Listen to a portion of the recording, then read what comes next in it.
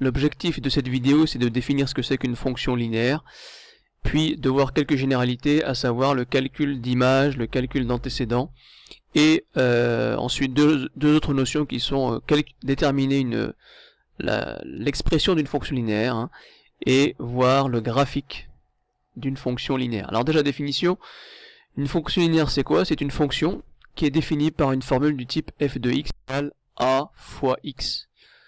Le nombre a, qu'est-ce que c'est? C'est un nombre qui est fixé une bonne fois pour toutes, hein, pour la fonction, et le nombre a s'appelle le coefficient de la fonction linéaire. Donc dès qu'on est en présence de ce type d'expression, eh bien c'est une fonction linéaire.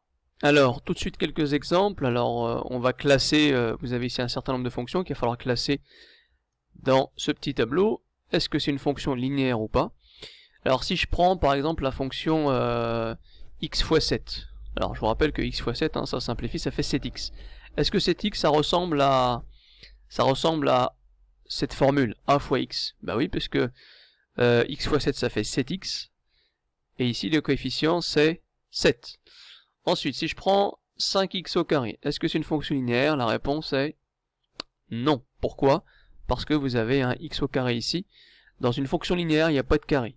Donc c'est un nombre multiplié par x. Ensuite, 3 moins x, est-ce que c'est une fonction linéaire? Eh bien non, parce qu'ici vous n'avez pas une multiplication entre le 3 et le x, vous avez une soustraction. Donc ce n'est pas une fonction linéaire. Ensuite, 3 plus x, est-ce une fonction linéaire? Réponse non également, parce que vous n'avez pas de multiplication entre le 3 et le x, vous avez une addition. On continue. Ensuite, moins 3x, qui signifie moins 3 fois x. Alors ici, oui, c'est une fonction linéaire. Pourquoi? Parce que ici, vous avez le x qui est multiplié par un coefficient qui est moins 3. h de x égale 4 fois x, est-ce une fonction linéaire? Réponse oui également. Le coefficient ici, c'est petit a. Autre fonction, la fonction L de x égale x au cube, est-ce que c'est une fonction linéaire? Réponse non. Pourquoi? Parce que vous avez x au cube. Et x au cube, ça signifie x fois x fois x. Et donc, c'est pas une fonction linéaire. Donc voilà, hein, les fonctions linéaires, il faut toujours avoir un nombre multiplié par la variable x. Bien, alors maintenant, on va faire un petit peu de calcul. Alors l'objectif, c'est de calculer des images. Alors ça c'est déjà fait quand vous avez calculé des images par des fonctions quelconques. On considère ici la fonction f définie par la formule f de x égale 3 fois x. Calculer l'image de 7 par la fonction f. Alors il s'agit ici, comme vous avez l'habitude de le faire, de remplacer la lettre x par le nombre 7. Et donc déjà ça va donner, donc voilà, f de 7 qui est égal à 3 fois 7, c'est-à-dire 21. Même chose pour l'image de 4, on va remplacer x par moins 4, pardon. Donc on écrit f de moins 4, et f de moins 4, ça donne 3 fois moins 4, c'est-à-dire moins 12.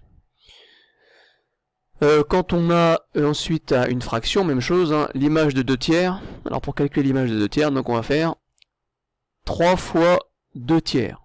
Donc 3 fois 2 tiers, ça va donner ça. Voilà, donc 3 fois 2 tiers. Alors pour faire les calculs, hein, on peut par exemple mettre 3 sur 1, et donc écrire 3 sur 1 fois 2 sur 3. Donc voilà le calcul, ça fait 3 fois 2 sur 1 fois 3, c'est-à-dire 6 sur 3, ou alors on peut simplifier directement ici par les 3, donc il va rester 2 sur 1, c'est-à-dire 2. Et donc l'image de 2 tiers par la fonction f est 2. Une propriété qu'on va admettre et qui est très importante, qui nous dit que si f est une fonction linéaire de coefficient petit a, avec bien sûr petit a différent de 0, sinon c'est plus une fonction linéaire, c'est une fonction constante, alors par cette fonction linéaire, tout nombre admet un et un seul antécédent. Donc propriété qu'on va admettre, mais qui peut se démontrer très simplement, même au niveau de la troisième. Alors, application, calcul d'antécédent. On considère la fonction g définie par la formule g de x égale 5x, donc ça c'est bien une fonction linéaire, hein, parce qu'on a bien un nombre fois x. Et donc par exemple on veut calculer un antécédent de 120. D'accord? Donc on veut résoudre l'équation g de x égale 120. Donc qu'est-ce que c'est que g de x? Bah, g de x c'est 5x. Donc on va remplacer g de x par 5x. Et donc on résout l'équation 5x égale 120. Donc petite équation de niveau 4e. Pour isoler le x, on va diviser par 5. Et donc en divisant par 5, les deux 5 se simplifient. Et qu'est-ce qui va rester à gauche? Il va rester x. Et à droite, 120 divisé par 5, ça fait 24.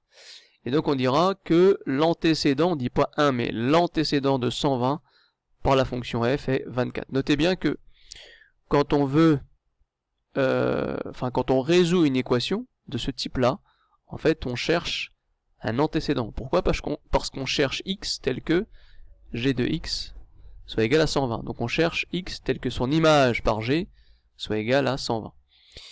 Bien, autre exemple, je veux calculer l'antécédent de moins 310 par g. Donc le réflexe que vous devez avoir, qu'il faut avoir, c'est que chercher un antécédent, c'est résoudre une équation. Donc ici en l'occurrence, on veut résoudre quelle équation? Eh bien on cherche x tel que g de x soit égal à moins 310. Voilà, et donc comme pour tout à l'heure, on applique la méthode, à savoir qu'on écrit 5x égale moins 310, on résout l'équation, et on trouve x égale 62. Donc l'antécédent de moins 310 par la fonction f est 62. Un troisième exemple, donc calculer l'antécédent de 7 par la fonction g. Donc au niveau de la rédaction, pensez à rédiger comme ça. On cherche x tel que f de x soit égal à 7. Et donc on résout l'équation 5x égale 7. Donc on divise par 5, ce qui fait x égale 1,4. Donc l'antécédent de 7, l'antécédent de 7 par la fonction g est 1,4. Alors on vient de calculer des images, on vient de calculer des antécédents. Alors maintenant, troisième type de calcul qu'il faut être capable de gérer, c'est le calcul du coefficient petit a d'une fonction linéaire. Rappelez-vous, une fonction linéaire, c'est une fonction qui s'écrit sous la forme f de x égale a fois x. Alors imaginons que par exemple, voilà, vous avez un exemple ici, vous avez une fonction linéaire qui s'appelle f, et on sait que l'image de 8, c'est 24. Mais on ne connaît pas la formule de cette fonction linéaire. Alors la formule de cette fonction linéaire, elle est très simple, elle s'écrit a fois x. Et en fait, il nous manque le a. Quel est le coefficient de cette fonction? Donc c'est très simple également, on va écrire donc la formule de cette fonction linéaire. La formule de f est de la forme f de x égale a fois x. Et nous cherchons le petit a. Qu'est-ce que ça donne avec mes deux informations 8 et 24? Eh bien ça va donner a fois 8 qui vaut 24. D'accord? A fois 8 qui vaut 24, et donc il s'agit uniquement de trouver le coefficient petit a. Alors comment on fait? Vous avez une petite équation ici. Donc 8a égale 24, on divise par 8, et ce qui donne a est égal à 3. Et nous, on n'oublie pas de conclure en disant que f de x, sa formule, ça va être quoi? Ça va être a fois x, comme j'ai marqué ici, avec a maintenant qui vaut 3. On peut vérifier, est-ce que f de 8 est égal à 24? Eh bien oui, parce que 3 fois 8, ça fait bien 24. Autre exemple ici, on cherche une fonction g, telle que g de 5 est égal à 1. Donc même chose, la formule de la fonction, alors ici attention, c'est pas f mais c'est g, on va rectifier. Donc ici c'est g. Donc la formule de g est de la forme g de x est égal à 1 fois x. Et donc on cherche le petit a. Donc on remplace le x par 5, et on veut que a fois 5 ça fasse 1. Pourquoi? Parce qu'on veut que l'image de 5 soit égale à 1. Notez bien ici qu'on cherche la formule de la fonction linéaire, c'est-à-dire qu'on cherche le petit a. Ce qui fait 5a égale 1, on résout cette équation, et on a donc a est égal à 0,2. Donc la formule de f c'est 0,2 x. Donc alors ici à nouveau c'est pas f, c'est g. Et donc on écrit bien que, attention au niveau de, donc là c'est bien g de x qui vaut 0,2x. Alors maintenant on va voir le graphique d'une fonction linéaire. Alors vous vous rappelez, pour tracer le graphique d'une fonction, on passe par ce qu'on appelle un tableau de valeurs. Alors ici, qu'est-ce que j'ai pris comme fonction? J'ai pris la fonction de tout à l'heure, la fonction définie par la formule f de x est égale à 3 fois x. Et donc j'ai un petit tableau de valeurs, comme vous le savez c'est un tableau avec deux lignes. la ligne des antécédents, et puis on va calculer la ligne des images. Alors quelle est l'image de moins 3? Eh bien on fait 3 fois moins 3. 3 fois moins 3 ça fait moins 9. Donc l'image de moins 3 c'est moins 9. Quelle est l'image de moins 1? Eh bien on fait 3 fois moins 1. 3 fois moins 1 ça fait moins 3. Donc l'image de moins 1 c'est bien moins 3. Quelle image de 1? L'image de 1 c'est 3 fois 1 et ainsi de suite. Et on a notre tableau de valeurs. Ensuite, une fois qu'on a un tableau de valeurs, qu'est-ce qu'on fait? Eh bien on va placer les points sur le graphique. Alors, comment on place les points sur ce graphique? Eh bien voilà, on a deux axes perpendiculaires. Alors ici vous avez l'axe des abscisses, on appelle l'axe des X, et ici vous avez l'axe des ordonnées qu'on peut appeler l'axe des Y. Voilà. Et donc on va placer les points au fur et à mesure. Alors, premier point, le point de coordonnées moins 3, moins 9. Donc je pars de l'origine, je recule de 3, et je descends de 9. Alors ici la graduation, vous avez vu la graduation sur l'axe des ordonnées, c'est de 3 en 3, alors que la graduation sur l'axe d'abscisse c'est de 1 en 1. On continue, deuxième point, le point de coordonnées moins 1, moins 3. Je pars de l'origine, je recule de 1, je descends de 3. Donc voilà le deuxième point. Troisième point, le point de coordonnées 1, 3. Je pars de l'origine, j'avance de 1, puis je monte de 3. Et on place ainsi tous les autres points. Donc 2, 6, et ensuite 4, 12. Et on remarque que ces points ont l'air d'être alignés. Et effectivement ils le sont. Si je trace la droite qui passe par deux de ces points, on voit que cette droite passe par tous les points. Et donc on constate que le graphique de cette fonction, c'est une droite qui passe par l'origine. Alors deuxième fonction, la fonction g de x définie, la fonction g définie par la formule g de x est égale à moins 2x. Je calcule l'image de moins 3. Alors l'image de moins 3 par la fonction g se calcule en remplaçant ici x par moins 3. Donc moins 2 fois moins 3 qui fait 6. Alors, je vais prendre un crayon un peu moins épais. Donc 6. L'image de moins 1 fait moins 2 fois moins 1 qui fait 2. Et on calcule ainsi les images de tous ces nombres-là par la fonction g. Voilà. Ensuite, on place les points sur le graphique. Alors, premier point, le point de coordonnées moins 3, 6. Donc je pars de l'origine, je recule de 3, et je monte de 6. Donc voilà mon premier point. D'accord? Donc l'abscisse c'est moins 3, et l'ordonnée c'est 6. Voilà le premier point.